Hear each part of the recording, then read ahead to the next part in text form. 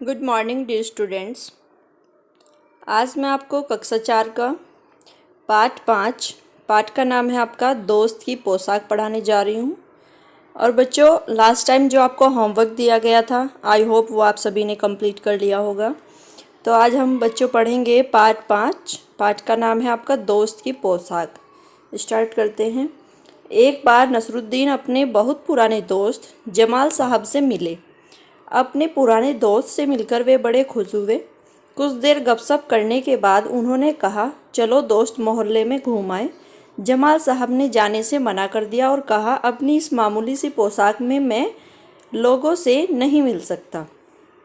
नसरुद्दीन ने कहा, बस इतनी सी बात। नसरुद्दीन तुरंत उनके लिए अपनी एक भड़कीली अचकन निकाल कर लाए और कहा, इसे पहन लो, इसमें तुम खूब अच्छे लगोगे, सब देखते रह जाएंगे। बन-ठन कर दोनों घूमने निकले। दोस्त को लेकर नसरुद्दीन पड़ोसी के घर गए। नसरुद्दीन ने पड़ोसी से कहा, ये है मेरे खास दोस्त यानी मित्र जमाल साहब। जमाल साहब उनका नाम था। आज कई सालों बाद इनसे मुलाकात हुई है। वैसे जो अचकन इन्होंने पहन रखी है वह मेरी है। यह सुनकर जमाल साहब पर तो मानो घड़ों पानी पड़ गया। बाहर निकलते ही मुंह बनाकर उन्होंने नसरुद्दीन से कहा, तुम्हारी कैसी अकल है? क्या यह बताना जरूरी था कि यह अचकन तुम्हारी है? तुम्हारा पड़ोसी सोच रहा होगा कि मेरे पास अपने कपड़े हैं ही नहीं। नेक्स्ट पेज देखेंगे। नसरुद्दीन ने माफ़ी मांगते हुए कहा, गलती हो गई, अब ऐसा नहीं कहूँगा। अब नसरुद्दीन उन्हें हुसैन साहब से मिलवाने ले गए। हुसैन साहब ने गर्मजोशी से उनका स्वागत सत्कार किया। जब जमाल साहब के बारे में पूछा तो नसरुद्दीन ने कहा, जमाल साहब मेरे पुराने दोस्त हैं और इन्होंने जो अचकन पहनी है वह इनकी अपनी ही है। जमाल साहब फिर नाराज़ हो गए। बाहर आकर बोले, झूठ बोलने को किसने कहा था तुमसे? क्यों? नसरुद्दीन ने कहा, तुमने जैसा चाहा मैंने वैसा ही तो कहा। पोशाक की बात कहे बिना काम नहीं चलता क्या? उसके बारे में न कहना ही अच्छा है, जमाल साहब ने समझाया। जमाल साहब को लेकर नसरुद्दीन आगे बढ़े। तभी एक अन्य पड़ोसी मिल गए। नसरुद्दीन ने जमाल साहब का परिचय उनसे करवाया। मैं आपका परिचय अपने पुराने दोस्त से करवा दूं। यह है जमाल साहब और इन्होंने जो अचकन पहनी है उसके बारे में मैं चुप ही रहूं तो अच्छा है।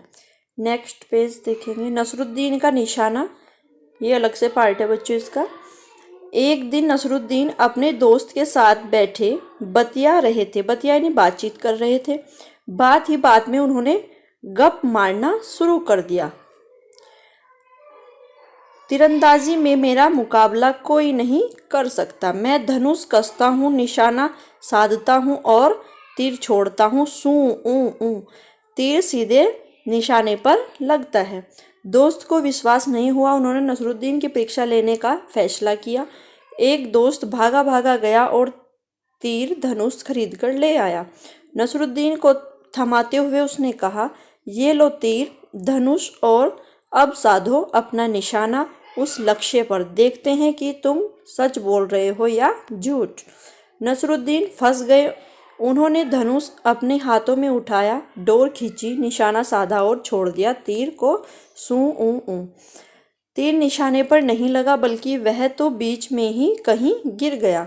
हा हा हा, सभी दोस्त हंसने लगे। क्या यही तुम्हारा बेहतरीन निशाना था? उन्होंने कहा। नेक्स्ट पेज देखेंगे।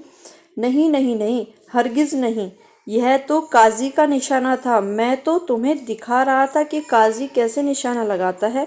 इतना कहते हुए नसरुद्दीन ने दोबारा धनुष उठाया, डोर खींची, निशाना साधा और तीर को छोड़ दिया। सू ऊ ऊ, इस बार तीर पहले वाले तीर से तो थोड़ा आगे गिरा पर निशाना फिर भी चूक गया। दोस्तों ने कहा, यह तो जरूर तुम्हारा ही निशाना था नसरुद्दीन। बिल्कुल नहीं, नसरुद्दीन ने कहा, यह मेरा नहीं, सेनापति का निशाना था। एक दोस्त ने ताना कसा, सूची में अब अगला कौन है? इतना सुनते ही सबने जमकर ठाका लगाया। यानी जोर जोर से हंसने लगे।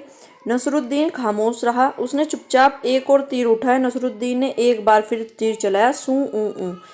इस बार तीर ठीक निशाने पर लग गया। सभी आश्चर्य से नसरुद्दीन की ओर मुंह बाए ताकने लगे। इससे पहले कि कोई कुछ कह पाता, नसरुद्दीन ने एक विजेता के अंदाज में, विजेता यानी जो जीतने वाला होता है, के अंदाज में कहा, देखा तुमने, यह था मेरा निशाना। अब बच्चों एक्सरसाइज देख लेंगे सभी बच्चे।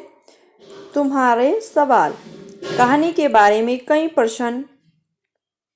कई 5% बनाकर नीचे दी जगह में लिखो। कॉपी में उनके उत्तर लिखो।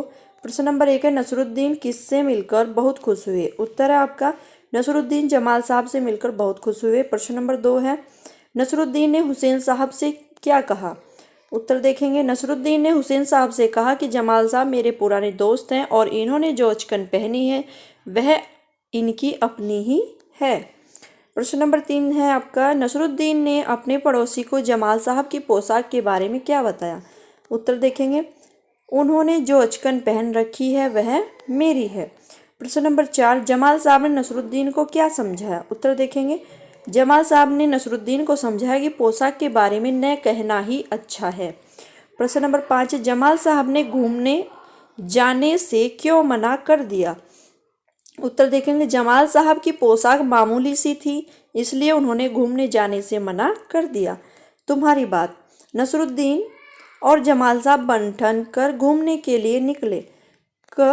तुम बन ठन कर कहाँ कहाँ जाते हो? उत्तर देखेंगे, मैं बन ठन कर अपने दोस्तों के जन्मदिन की पार्टी में और अपने रिश्तेदारों के घर जाता हूँ। यानी आप तैयार होके अच्छे से नए कपड़े पहन के कहाँ जाते हैं? जन्मदिन में, शादी पार्टी में, रिश्तेदारी में, है ना। ख देखेंगे, तुम किस किस तरह से बनते ठनते हो? उत्तर देखेंगे, मैं नहा धोकर नए कपड़े पहनता हूँ, कंघी करता हूँ तथा पॉलिश किए जूते पहनता हूँ। तुम्हारी समझ से। क तीसरे मकान से बाहर निकलकर जमाल साहब ने नसरुद्दीन से क्या कहा होगा? उत्तर देखेंगे, जमाल साहब ने कहा होगा कि मैंने अचकन के बारे में कुछ न कहने को कहा था, फिर तुमने उसका जिक्र ही क्यों किया? उत्तर देखेंगे, प्रश्न ख, जमाल साहब अपने मामूली से कपड़ों में घूमने क्यों नहीं जाना चाहते होंगे? उत्तर देखेंगे, जमाल साहब मामूली से कपड़ों में घूमते तो लोग कहते कि उनके पास अच्छे कपड़े नहीं हैं, इसलिए जमाल साहब अपने मामूली से कपड़ों में घूमने जाना नहीं चाहते होंगे। यानी अगर आपके पास पुराने कपड़े हैं तो सबको लगता है कि भाई पुराने कपड़े में रिश्तेदारी में या किसी और के घर जाएंगे तो अच्छा नहीं लगेगा, तो ऐसा ही उनको लग रहा था जमाल साहब को। ग देखेंगे, नसरुद्दीन अपनी अचकन के बारे में हमेशा क्यों बताते होंगे? उत्तर देखेंगे, नसरुद्दीन एक मजाकिया इंसान थे। वे अपने दोस्त से मजाक करने के लिए अपनी अचकन के बारे में हमेशा बताते होंगे। तो बच्चों, आपका जो लेसन है वो कंप्लीट हो चुका है। तो आई होप सभी बच्चे अपनी नोटबुक में अच्छी राइटिंग में होमवर्क करेंगे अपना और समय से अपना कार्य करते रहें। Thank you.